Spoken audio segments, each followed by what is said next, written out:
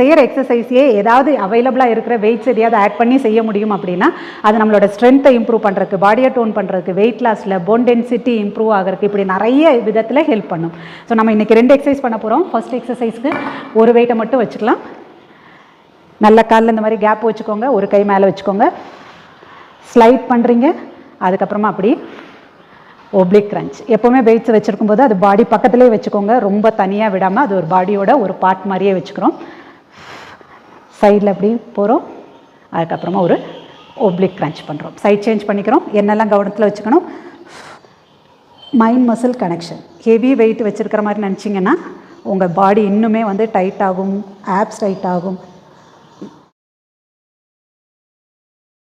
2 எக்ஸசைஸையும் 25 reps 2 to 3 sets பண்ணுங்கள். ரெண்டாவது, நல்ல காலை வைடாக வச்சுக்கிறோம், ஷோல்டரை ரொட்டேட் பண்ணுறீங்க, செஸ்ட் ஓப்பன், ஆப்ஸ் டைட். அதே இது அப்படியே மெயின்டைன் பண்ணிகிட்டே டவுன் வரீங்க. வரும்போதே வெயிட் இப்படி விட்டிங்கன்னா ஷோல்டர் ரெண்டும் இறங்கிடுச்சு. அப்படி பண்ணக்கூடாது. ஷோல்டர் ரொட்டேட், ஆப்ஸ் டைட், அப்படியே டவுன். இங்கேருந்து ஒவ்வொரு காலையாக நீ பெண்ட் பண்ணுறீங்க, அதே சைடில் உள்ள வெயிட் அப்படி ரோ பண்ணுறீங்க. அந்த ஷோல்டரை அப்படியே டைட்னஸ் மெயின்டைன் பண்ணணும்.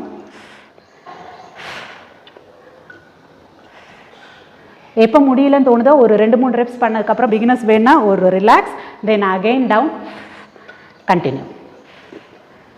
நீங்களும் ட்ரை பண்ணி பாருங்கள். இதே மாதிரி நிறைய வீடியோஸ்க்கு என்னைய ஃபாலோ பண்ணுங்கள்.